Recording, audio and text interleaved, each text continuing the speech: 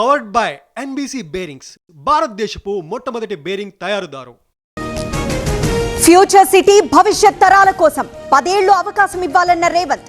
Bullet train వస్తుందన్న CM. Real estate కోసమే future city, ఉన్న సిటీని పట్టించుకోవాలన్న కేటీఆర్. అన్ని వర్గాలకు కాంగ్రెస్ ద్రోహం చేసిందని విమర్శలు. కేటీఆర్ కు మూసీపై అవగాహన లేదు, అన్ని జాగ్రత్తలు తీసుకున్న తర్వాతే గేట్లెత్తాం. బీఆర్ఎస్ బీజేపీ బురద రాజకీయాలు మానుకోవాలన్న పొన్నం. కొల్లిపర మండలంలో మంత్రి నాదెండ్ల పర్యటన. కృష్ణానది వరద ఉధృతిపై అధికారులతో సమీక్ష. కంట్రోల్ రూమ్ ఏర్పాటు చేయాలని ఆదేశం. తొక్కిసలాట ఘటనపై సిబిఐ విచారణ చేపట్టింది. మద్రాస్ హైకోర్టులో టీవీకే తరపున పిటిషన్. రేపు విచారణ చేపట్టనున్న హైకోర్టు. జూబ్లీహిల్స్ నియోజకవర్గంలో కిషన్ రెడ్డి పర్యటన. దివ్యాంగులకు పరికరాల పంపిణీ, అండగా ఉంటామని కేంద్ర మంత్రి హామీ. నవంబర్ నుంచి విద్యుత్ ఛార్జీల తగ్గింపు. ప్రతి యూనిట్ కు 13 పైసలు తగ్గిస్తాం. డిస్కంలను బలోపేతం చేశామన్న గొట్టిపాటి. హామీలిచ్చి కాంగ్రెస్ మోసం చేసింది. పాలన గాలికి వదిలి కమిషన్లు దోచుకుంటున్నారు.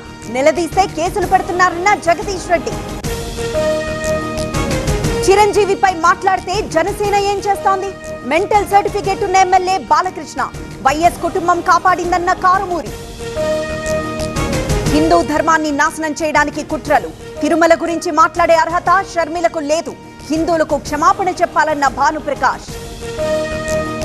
ఏపీలో 361 దేవాలయాల పునర్నిర్మాణం. 500 కోట్ల నిధులు మంజూరు.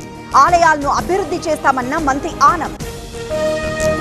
అంబేద్కర్ కోనసీమ జిల్లాలో వరద ఉధృతి. వైనతేయ వశిష్ఠ నదులకు ప్రవాహం. కోనసీమ పశ్చిమ గోదావరి జిల్లాలకు నిలిచిన రాకపోకలు. నాగార్జున సాగర్ కు పోటెత్తుతోన్న వరద. 26 క్రస్ట్ గేట్లెత్తి నీటి విడుదల. ఇన్ఫ్లో 5 లక్షల క్యూసెక్కులు. శ్రీశైలంలో డ్రోన్ కలకలం. డ్రోన్ ఎగరేసిన వ్యక్తి అరెస్ట్. అవగాహన లోపంతో జరిగిందన్న అధికారులు.